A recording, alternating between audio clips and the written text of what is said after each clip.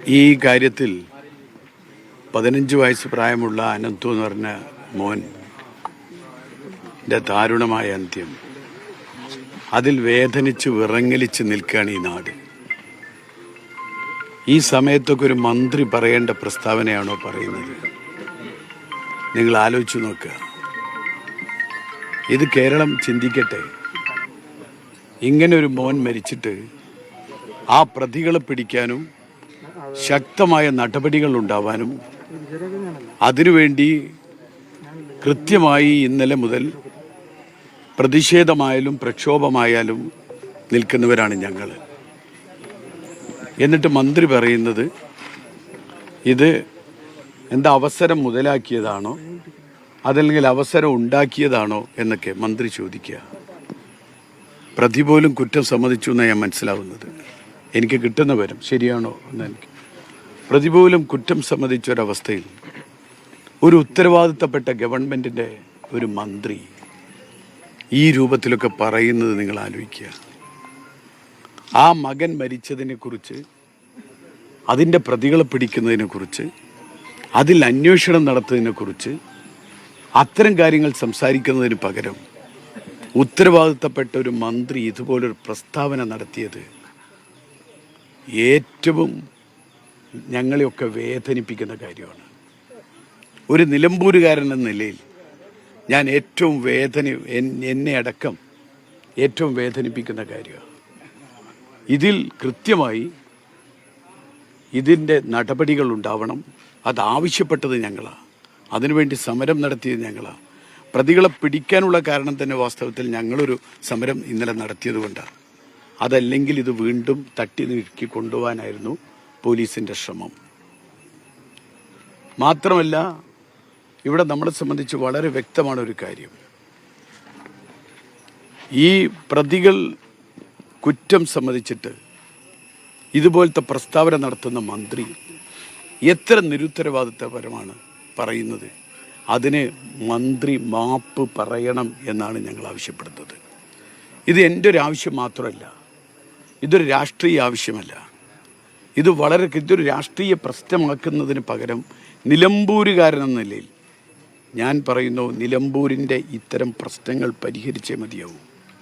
3 മാസം മുൻപാണ് തൊട്ടടുത്ത് കാരക്കോട് പുത്തിരിപ്പാടത്ത് ഇതേപോലൊരു മരണമുണ്ടായി. കുഞ്ഞുട്ടൻ 3 മാസം മുൻപ് എത്ര ജീവനുകൾ ഞങ്ങളെ പൊലിഞ്ഞു പോയത്. ഇതൊക്കെ എന്തുകൊണ്ട് സംഭവിക്കുന്നു? ഈ കാര്യത്തിൽ എന്തുകൊണ്ട് അനാസ്ഥ സംഭവിക്കുന്നു?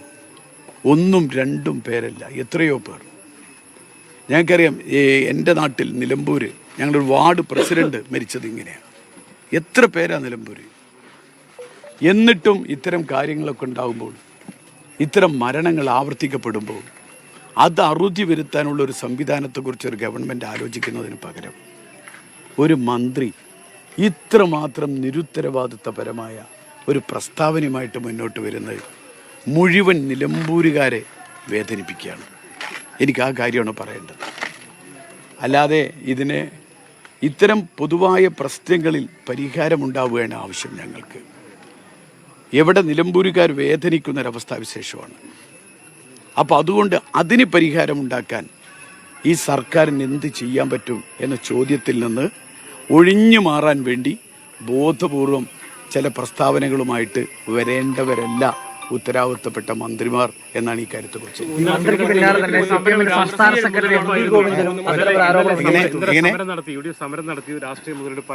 ഞാൻ ചോദിക്കട്ടെ, ഇന്നലെ UDF സമരം നടത്തിയിട്ടില്ലായിരുന്നുവെങ്കിൽ ഈ പ്രതികളെ പിടിക്കുമായിരുന്നില്ല എന്നതാണ് യാഥാർത്ഥ്യം. ഞങ്ങൾ UDF സമരം നടത്തി. ആ സമരം ഞങ്ങൾ നിർത്തി വെക്കാനുള്ളൊരു കാരണം തന്നെ പ്രതികളെ പിടിച്ചു എന്ന് ഉറപ്പ് വരുത്തിയിട്ടേ ഞങ്ങൾ ഈ സമരം നിർത്തൂ എന്ന് ഞങ്ങൾ പറഞ്ഞു.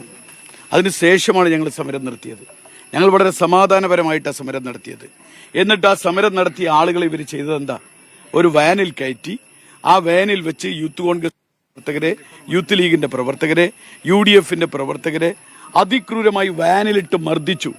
മണിക്കൂറുകളോളം വാഗൻ ട്രാജഡി പോലെ സംഭവിക്കുമായിരുന്നൊരവസ്ഥയിലേക്ക് പോയി. വാനിലിട്ട് മർദ്ദിക്കുക. ഷംസീർ പാത്തിപ്പാറ എന്ന് പറയുന്ന ഞങ്ങളുടെ UDF-ൻ്റെ പ്രവർത്തകനെ, യൂത്ത് കോൺഗ്രസിൻ്റെ മണ്ഡലം സെക്രട്ടറി കുടഞ്ഞു വീണു. ഈ പോലീസിനെ മർദ്ദനമേറ്റ് നെഞ്ചിനാണ് ഇടിച്ചത്. നെഞ്ചിന് ചവിട്ടിയിട്ട് ആ ഷംസീർ നിലത്ത് വീണു. ആ ഷംസീർ ആശുപത്രിയിലുണ്ട്, നിലമ്പൂർ ഗവൺമെൻറ് ആശുപത്രിയിൽ. എന്നിട്ടാണോ പറയുന്നത് അത് ഞങ്ങൾ ആ സമരം കൂടി ഞങ്ങൾ ചെയ്തിട്ടില്ലായിരുന്നുവെങ്കിൽ ഒരു സംശയം വേണ്ട, ഈ പ്രതികളെ ഇവർ കസ്റ്റഡിയിൽ എടുക്കുമായിരുന്നില്ല. ഇവിടുത്തെ സ്ഥിതി അതാണ്. ഇതൊക്കെ ഇവരുടെ സഹായം കൊണ്ട് ഗവൺമെൻറ്റിൻ്റെ ഒത്താശയോടും കൂടി നടക്കുന്ന കുറേ കാര്യങ്ങളാണ്. ഇതിലൊക്കെ നിലമ്പൂരുകാർക്ക് രാഷ്ട്രീയത്തിനതീതമായി വലിയ പ്രതിഷേധമുണ്ട്.